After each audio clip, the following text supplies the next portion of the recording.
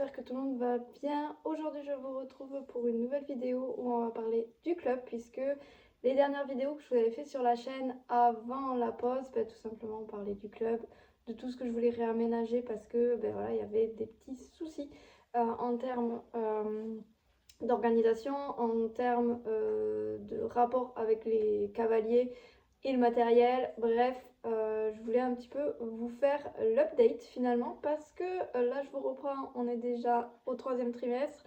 Donc j'ai de matière à vous dire ce qui s'est passé et comment ça s'est passé et aussi ce que j'ai ressenti sur cette saison. Même si voilà, c'est la première saison, donc je vais pas vous donner un truc vraiment bien détaillé et vous dire c'est parfait et c'est comme ça qu'il faut fonctionner. Non. Voilà, je vais un petit peu plus prendre en mesure que c'est la première saison, que potentiellement en fait c'est juste que ce sont les cavaliers aussi et le type de cavaliers qui sont restés parce que oui, il y a eu beaucoup de changements de cavaliers cette année. J'ai évacué entre guillemets beaucoup de cavaliers de la saison passée qui voilà, ne rentraient plus, on va dire, en adéquation avec le club, avec l'esprit club.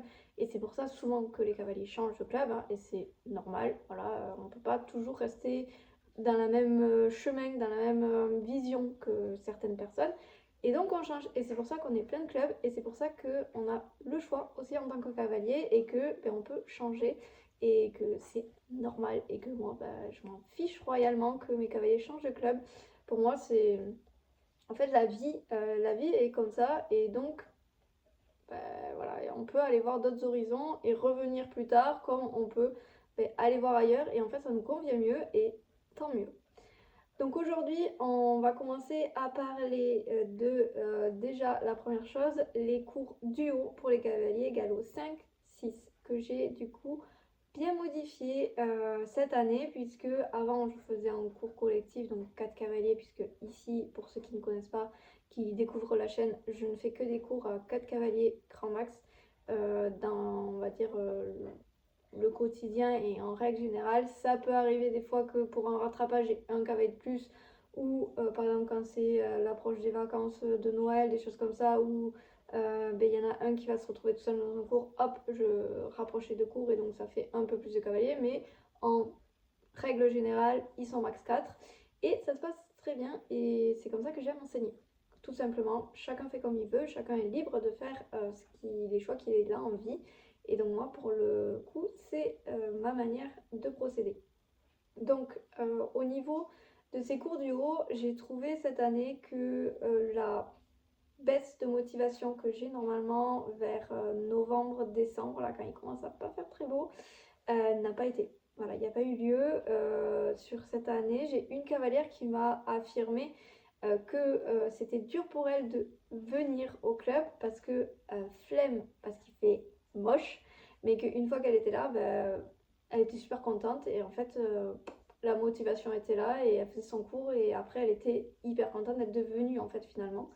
Donc, il n'y a pas eu d'impact sur le cours comme j'ai eu sur les années d'avant, où à chaque fois il y avait un élément du groupe qui perdait la motivation et ça impactait en fait les 3 autres.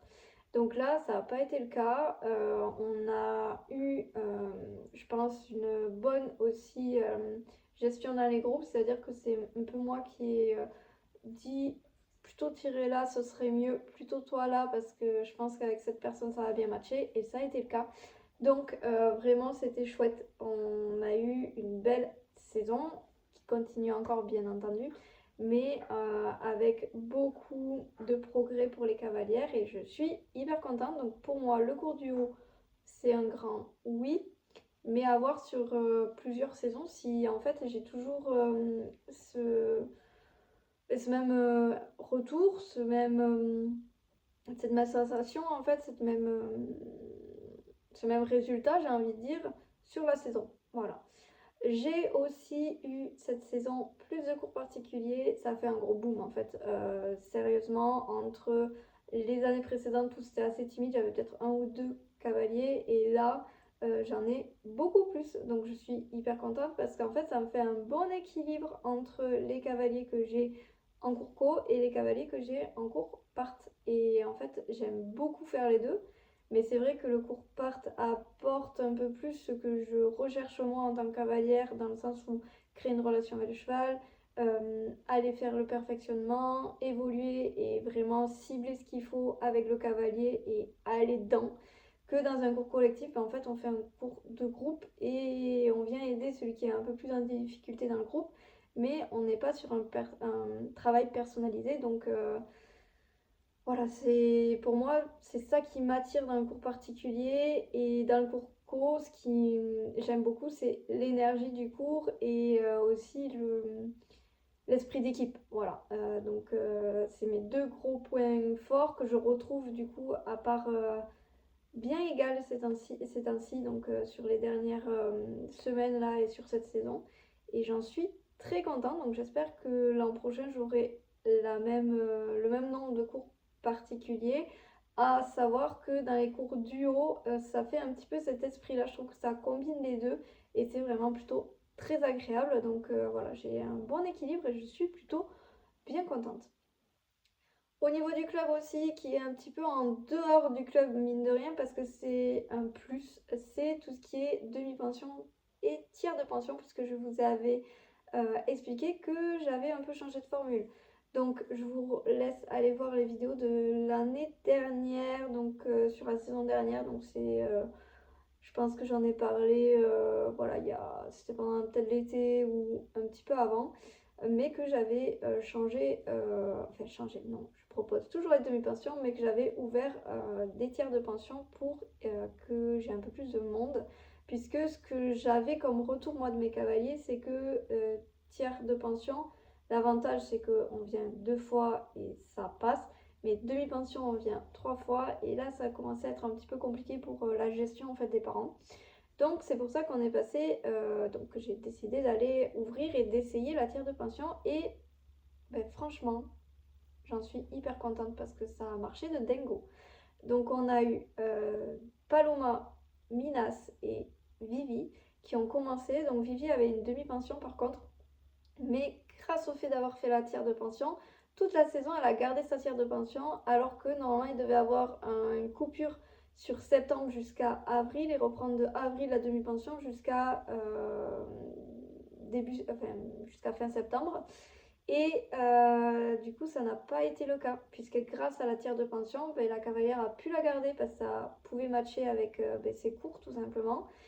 Et donc, Vivi a gardé pendant une année déjà sa cavalière et elles ont une connexion qui s'est établie et ça, c'est plutôt cool.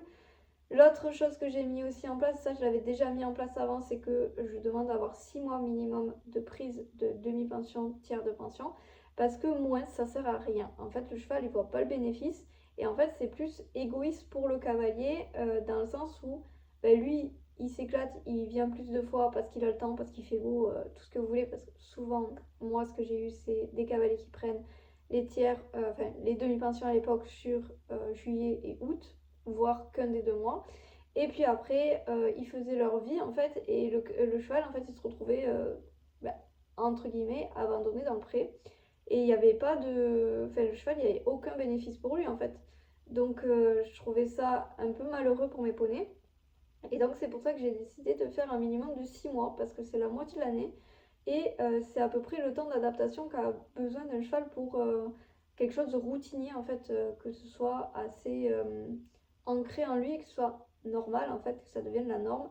Et aussi ça donne le temps au cavalier de voir en fait ce que c'est la demi-pension ou la tiers de pension. Et c'est pour ça que j'ai fait ça.